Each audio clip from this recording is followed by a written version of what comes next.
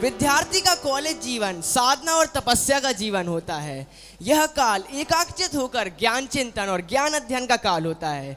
विद्यार्थी इस काल में अपने भावी जीवन को एक ठोस नींव प्रदान कर सकता है। विद्यार्थी के इस दौर में वह बहुत सारे उतार चढ़ाव से गुजरता है, लेकिन विद्यार्थी का यह काल उसका सबसे महत्वपूर्ण और आनंदित काल होता है। तो इसी दौर को दिखाने आ रहे हैं कल का भारत प्रस्तुति के कलाकार।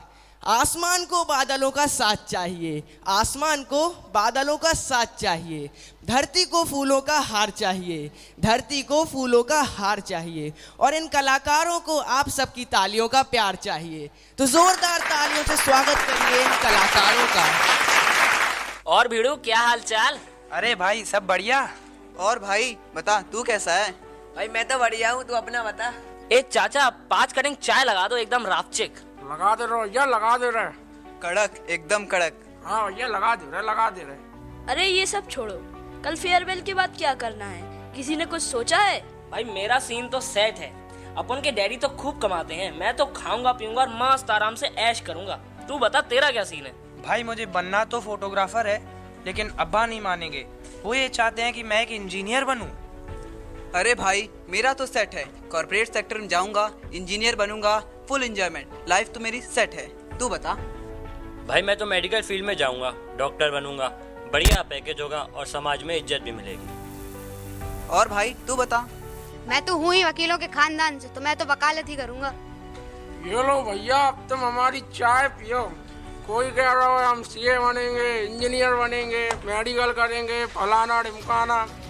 अरे हमारे चाय पियो, हमारे चाय पी के तो अच्छे ऊपर तक गए हैं। तो तुम कौन सी खेत की मूली हो? पियो पियो भाई, चाय पियो तुम। अबे ये सब छोड़ो, कल के फेयरवेल का क्या सीन है? तेरे पापा तो इतना कमाते हैं भाई, 2-4 जोड़ी कपड़े मेरे लिए ले लेना। हाँ हाँ, सूखी पपड़ी ला दूंगा तेरे लिए। अरे इसके लिए 2-3 जोड़ी, अपने भाई के लिए एक भी नहीं। हाँ हाँ, तेरे लिए भी। अरे तेरे 2 भाई इधर भी हैं, हमें मत भूल जाना। अरे हाँ भाई, अब क्या मैं अपनी पूरी जायदाद तुम्हारे नाम कर दूं?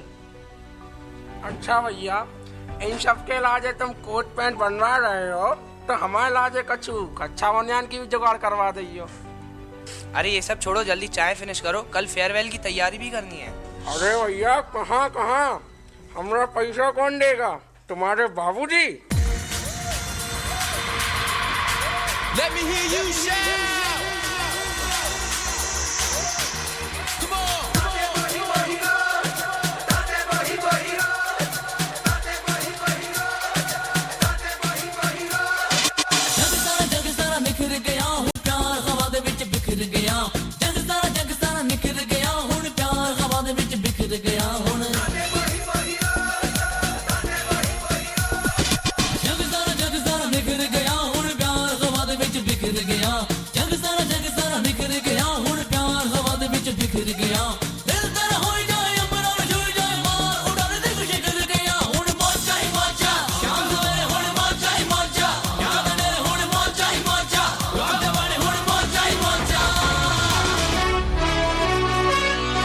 झुका के कर सलाम है शाम शानदार,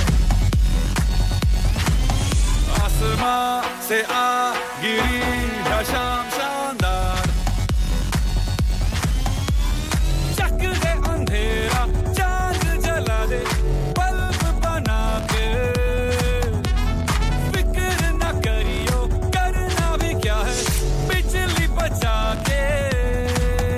सारे आम पिला खुशी के जाम शानदार,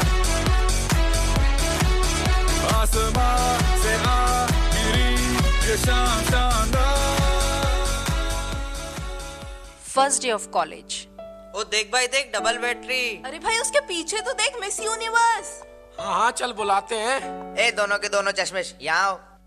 तुझे किसी ने सिखाया नहीं क्या कि सीनियर के सामने जब आते हैं तो विश कैसे करते हैं? चल 90 मार। Good morning sir. और तुझे अलग से invitation they. What's going on here? रुक, मैं बताती हूँ।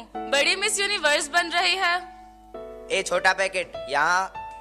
देखने में तो देहाती लगता है। तो आपका क्या नाम है, बड़ा पैकेट?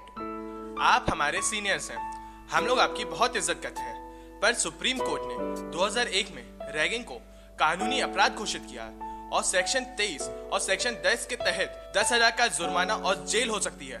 भाई ये तो गूगल बना फिर रहा है, चलो चलो निकलो यहाँ से।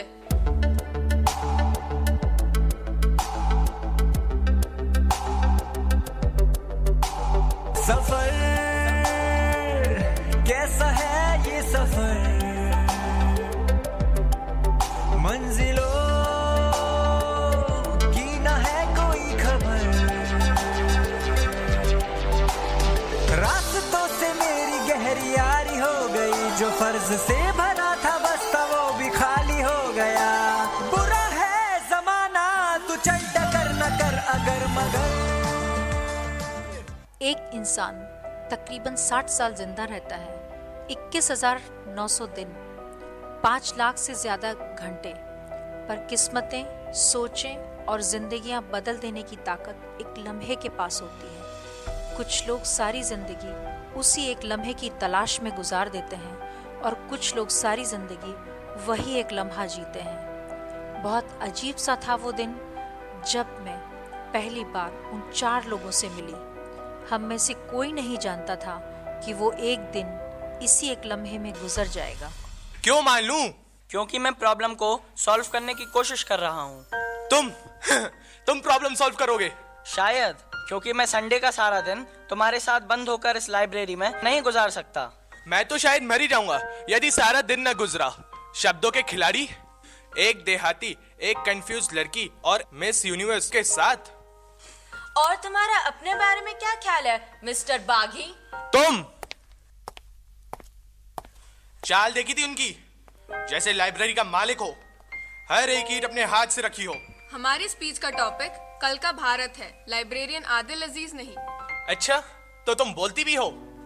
और जरूरत पड़ने पर हाथ भी इस्तेमाल कर लेती हूँ। झगड़ा क्यों कर रहे हो भैया जी, हम यहाँ स्पीच लिखने आए हैं। ये बताओ, क्या हम में से कोई एक भी कॉलेज का बेहतरीन स्टूडेंट है? You are right, you know, मैं भी नहीं समझ पाई कि हम जैसे मिसमैच लोगों को एक जगह इकट्ठा करके प्रिंसिपल सर क्या साबित करना चाह रहे हैं। शायद वो चाहते हो कि कल पेश होने वाली स्पीच के उतने ही रंग हो जितने हमारे।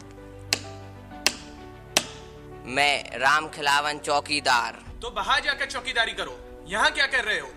अरे आप लोग नाराज क्यों हो रहे हो?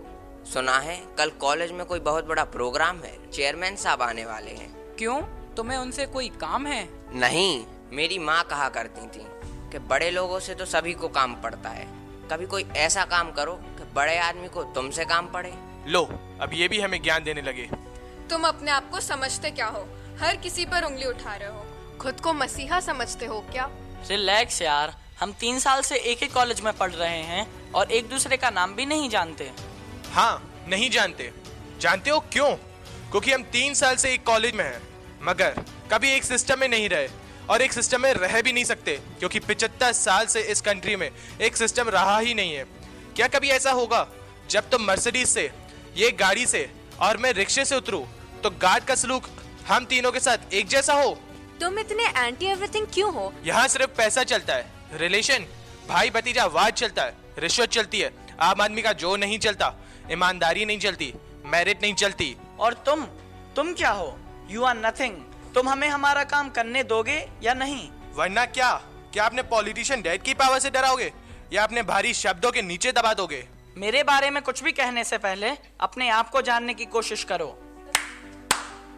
वाह, तुम्हारे डैड तो तुमसे बड़े खुश होंगे और तुम्हारी पढ़ाई खत्म होने का इंतजार कर रहे होंगे कि उनकी कुर्सी संभाल सको। लेकिन डैडी जी को क्या पता कि उनका होनहार सपूत लफ्जों का सौदागर बनना चाहता है।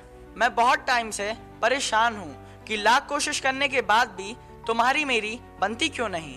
अरे जाने दो भैया जी, तुम बीच में मत आओ। तंग आ गया हूँ मैं सबको खुश करते करते, तंग आ गया हूँ। तुमने किसे खुश किया? तुम्हें, इन सबको और अपने डैडी को।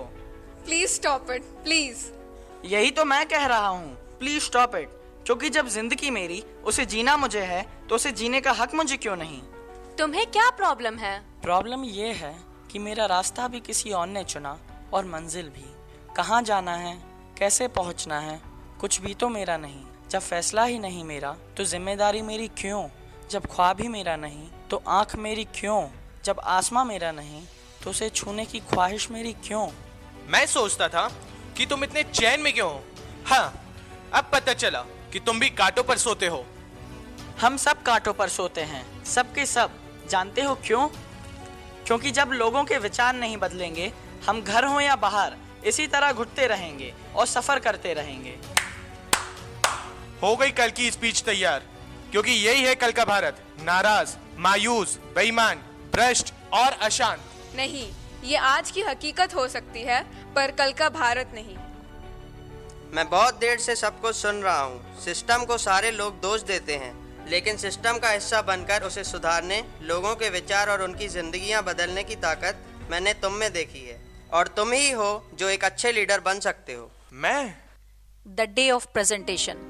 गुजरे कल के भारत ने कई मुश्किलें देखी हैं, आने वाले कल में भी मुश्किलें होंगी, मगर आज हमारे हाथ में हैं। प्रिंसिपल साहब, हमारे सामने प्रश्न ये था कि कल का भारत कैसा होगा। कई कोशिशें, विचारों और बहस के बाद हम इस नतीजे पर पहुंचे हैं कि आज को कल में ढलना ही है, आज को कल में बदलना ही है। हम ये तो नहीं जानते कि कल का भारत कैसा होगा, लेकिन हम ये ज़रूर जानते हैं कि भारत का कल हम ही हैं।